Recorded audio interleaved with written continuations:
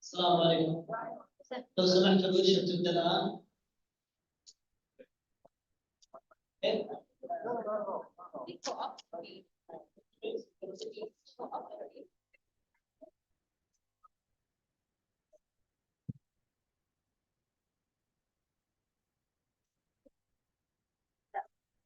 للموضوع بس كده في الموقع.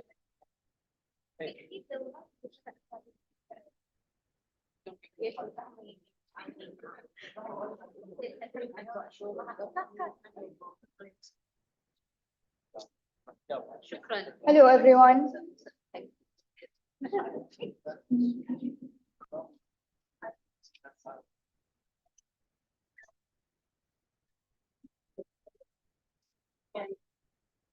So welcome back from the break. My name is Reem Al-Faleh. I'm a threat intel analyst working at Cypher. And today, inshallah, we're going to talk about automating the validation of phishing sites through the usage of artificial intelligence. Just a quick overview of the things we're going to go over. We're going to first talk about cyber threat intelligence and cybersecurity, and then we're going to go over the problem scope. We're going to talk about artificial intelligence, computer vision, using the artificial intelligence to automate the validation, which is the use case. And then finally, I'm going to give a brief demo of the script that was written for the use case. At the very end, I'm going to highlight the key takeaways from this session. Okay, so a very common question I get asked is, what is threat intelligence? What do you do when you work? So basically, in cybersecurity, you're either on two sides. You're either on the defensive side or the offensive side. Threat intelligence mainly lies within the blue teaming infrastructure, which is the defensive team. What do? We do damage control, incident response, operational security, threat hunting, and digital forensics. Basically, everything that helps an organization to countermeasure any threats before they happen. Okay, are these all responsibilities fall within the CTI limit? No, we're mainly responsible for gathering, analyzing, interpreting this information about cyber threats that in the wild and that could potentially harm organizational assets, digital assets, data, and reputation. And also, we proactively identify emerging threats, these ones that could be exploitable vulnerabilities, any threats that are targeted towards entities that could be of harm to your organization. We also search for indicators of compromise. We do threat actor attribution. We seek for a threat, and then we aim to attribute that threat to a known threat actor. And by that, we provide actionable intelligence to strengthen the organization's cybersecurity infrastructure. When we talk about digital assets, these are anything that is stored digitally and the organization seeks to protect. These could be such as digital media accounts, any graphics, any directories, any workstations that the organization might have, any websites, anything that an organization values.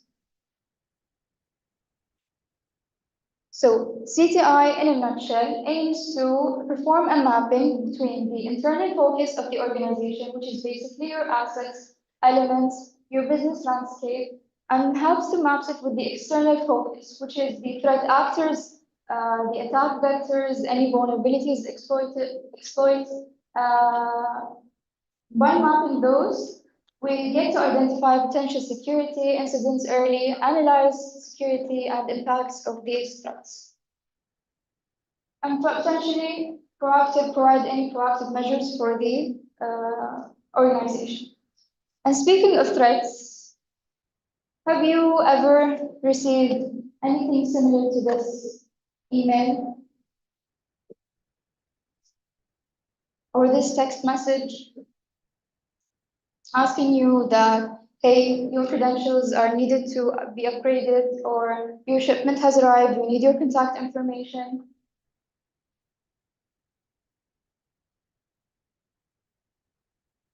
If you do so and you fell for it, then congratulations, you've been hacked.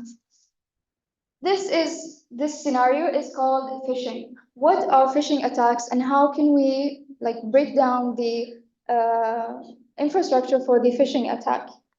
Phishing can happen through emails, through spear phishing, text messages, farming, websites, anything. Here we have a hacker. This hacker is sending you an email, sending you a message or a link that says, enter your credentials, enter your phone number, enter your password. And once you do, without validating the website, you get to fall a victim for this hacker, which will use your credentials and get your maybe withdrawals from your bank account or can use your accounts with the privileges you have on any social media or any websites. Why is it important? Why are we talking about phishing in particular, not any other cyber threats? Phishing not only affects individuals, it also affects businesses. We're talking about government agencies. These are things critical. We want to protect them and we don't want any harm that could potentially lead to endangering them. Low barrier to entry. As compared to other cyber threats, phishing is considered the lowest skill entry to any point of an organization. Social engineering exploitation. Phishing also again preys on human psychology. This means it exploits your trust with the organization, your curiosity. Anything that leads you to clicking on that link, it will depend on it. Finally, evolution and sophistication. Attackers constantly elevate their techniques and constantly seek for using automated phishing attacks even nowadays. Okay, here comes our role as CTI analysts in detecting these phishing attacks and mitigating them. We play a crucial role. For example, in my company, we do brand protection. We aim to protect the assets of brand, the logos of the brand. Doing this analysis and going through them one by one takes time and efforts from the CTI analyst that could be spent doing other things. Which brings me to the problem scope of this session, which is the manual validation of phishing sites. Okay, imagine you're a CTI analyst and you receive this page saying, hey, CTI analyst, please we received this phishing page or this page, validate if it's authentic or if it's a fake one. What we will do initially, we will provide initial detection. We will look at the page. We will see, does it have any logo? Does it have any iframes? Does it have any login prompting text? Does it have any buttons, any contextual text that leads to saying that this company is actually, could be a possible phishing attempt? Next, we do the URL analysis. We look at the URL. Is it authentic? Is it real? Is it coming from the exact source or no? And then we aim to do also page source code analysis. This is also to check for any malicious buttons, anything that could be written within the HTML content of the page. And also we do IP address hosting and analysis.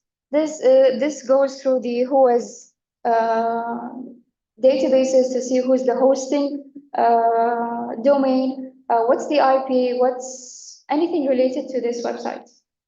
And also we do a quick scan of the URL. This is to see how many vendors have marked this domain as malicious and what are if anyone has came across this website and potentially marked it as malicious. And also we do a quick URL scan to see the website if you want to interact with it, but not directly. Could see also if anyone has labeled it by saying potentially malicious or harmful. This is considered to be a challenge. The identification of potentially malicious URLs, the human content analysis, and the decision-making process is a challenge and takes so much time from the analyst's time that could be spent doing other things. With that, the amount of emails, the amount of requests from clients asking us to analyze this content is overwhelming. Almost like on a daily basis, we get 5 requests saying, hey, analyze them, which takes, as I've said, time and effort. And so we need a faster and scalable validation.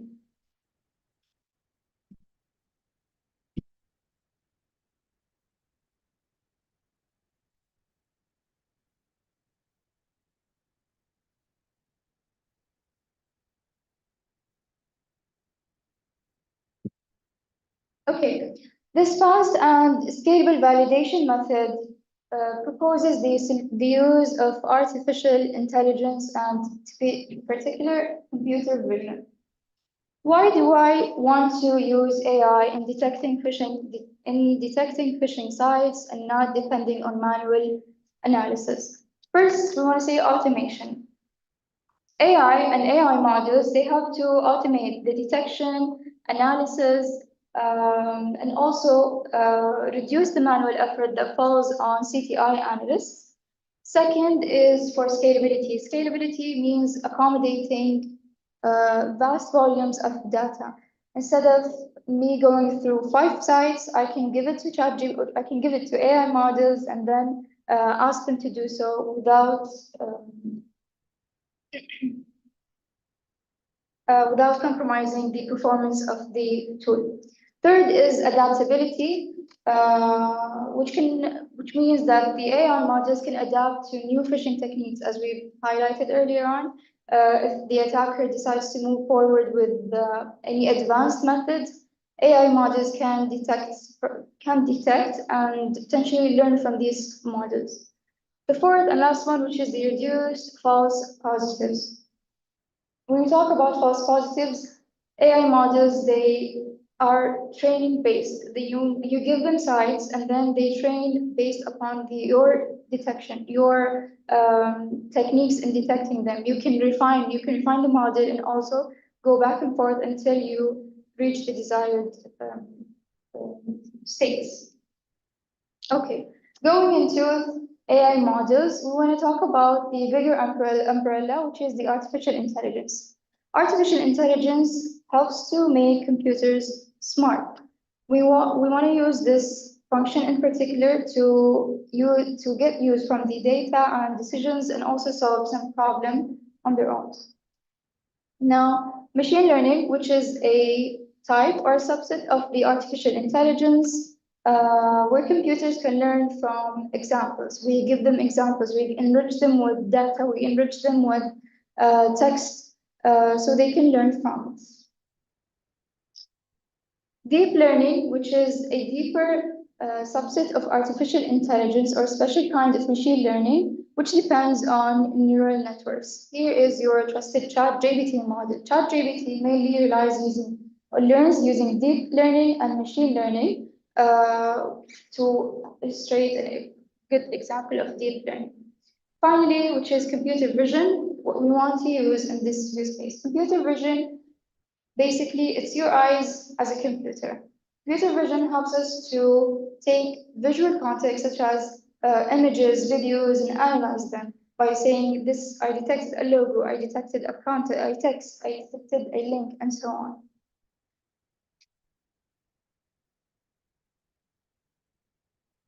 How can computer vision identify any brand impersonation sites?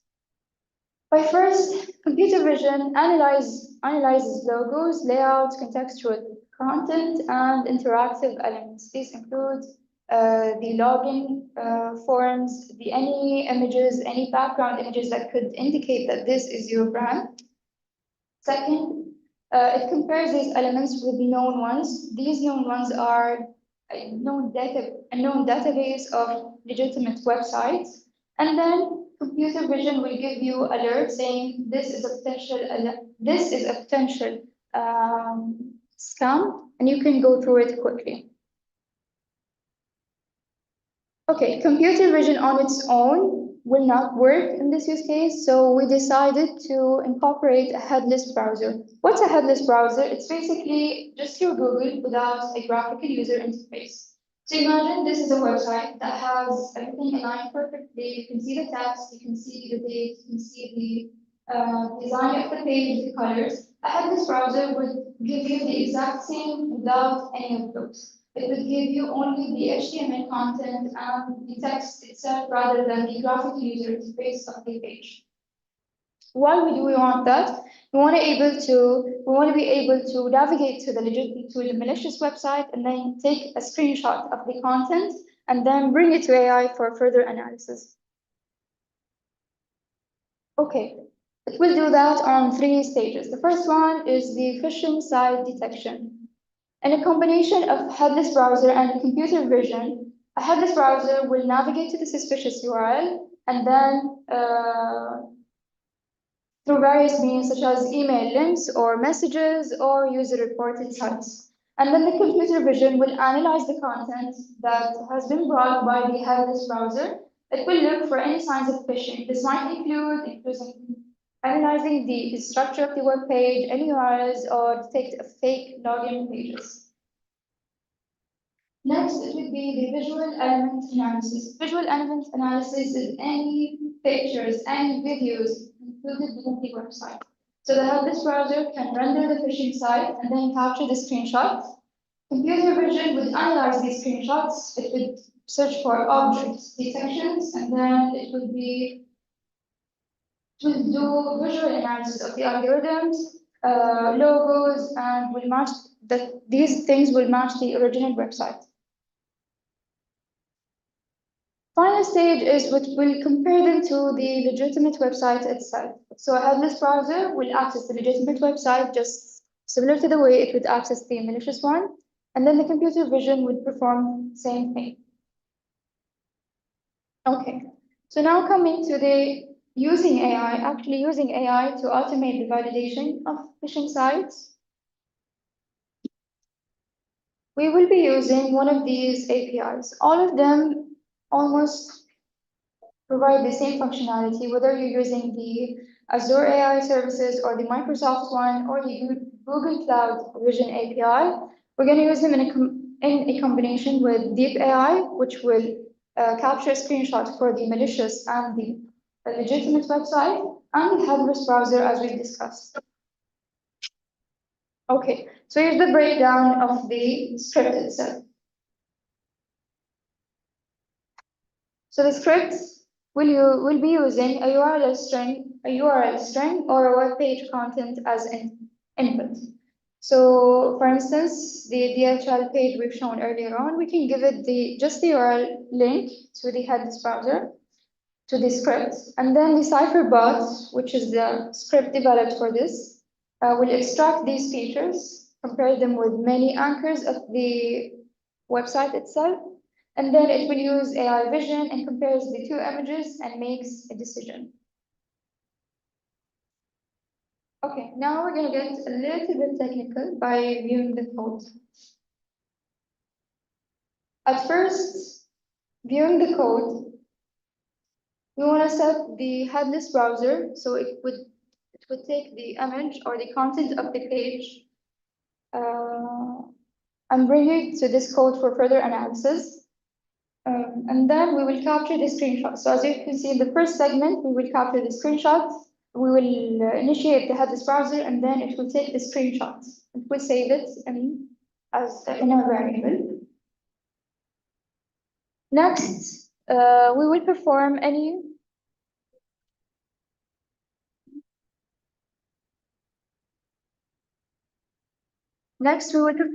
logo detection. It will check for any logos within the website, and then it will create an image object, perform a logo detection, and then print the detected logos if any. This detected logo will be found from the database that the AI will use. And then here we have the content analysis function. It will search through HTML content of the web page that has been brought by the headless browser. It will perform content analysis by checking for login forms, it will check for suspicious URLs, and then check for any JavaScripts that seem suspicious to be there. And then it will check for also meta tags for any inconsistencies we will see. And finally, it will check for iframes if there is any suspicious iframes existing within the URL. Finally, it will take these two screenshots of the pages and then they will compare them using deep AI. And then it will give a similarity score at the end. Okay, what are the results of running this script? So the script has used the legitimate URL on the right, which is for Netflix, and then the potentially malicious one over here. So initially we've given the script the URL for the malicious sites, and then it has came back with the results of the following. It says potential phishing. It has detected a login form, potential phishing, suspicious URL, and then it has also detected an iframe. And then it gave two scores, which is one for the logo and then one for the image similarity. For the logo one, it has identified that the website belongs to Netflix, and it gave it a score of 0.9. Image similarity, it has compared the two images and then also gave it a score of 30. What does this score mean? First, for the logo part. For the logo parts, the API used from the Google Cloud, it will use a score ranging from 1 to 0, where 1 indicates a really high or confirmed potential impersonating attempt, and 0 would indicate a low one. These results could be adjusted based on your analysis. You can set the score for it to be otherwise, other than 0 and 1. You can say that if it goes up to 1, you can have if it goes up to 1, meaning otherwise, and vice versa. The image similarity score that was using from Deep AI API would indicate a lower distance value indicates a higher similarity, and a higher distance value indicates a lower similarity. In this case, it gave us a 30, a lower one, which means a high similarity potential. Okay, coming to the end of this session, what I want to highlight is the script that was written. The script that was written in here is not the most accurate, it's not the most efficient. It was written for the purpose of this session only. What I want to say is you can explore API in different ways and you can generate different models. You can have your own models. You can train them and to be better and more efficient than this one. You can set the scores on your own and you can explore using AI in different ways. Also, I want to highlight that you should consider any legal and ethical considerations when doing so. You want to be careful when using APIs, when sharing APIs with other users and putting them in public repositories. And also you should consider any organization policies that might suspend using API or allowing you to scan through their websites. This brings me to the end of this workshop. Thank you so much for attending and listening. Please, I would really appreciate if you could give us your feedback through scanning this barcode.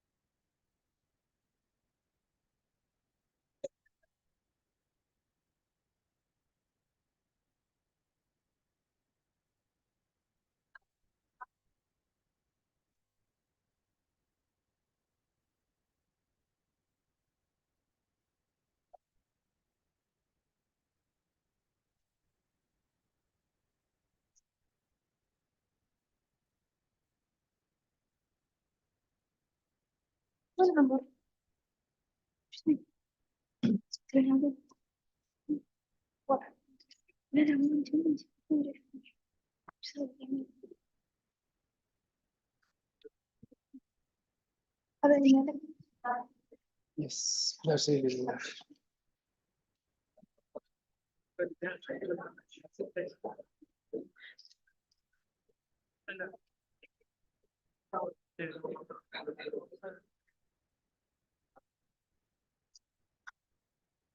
والله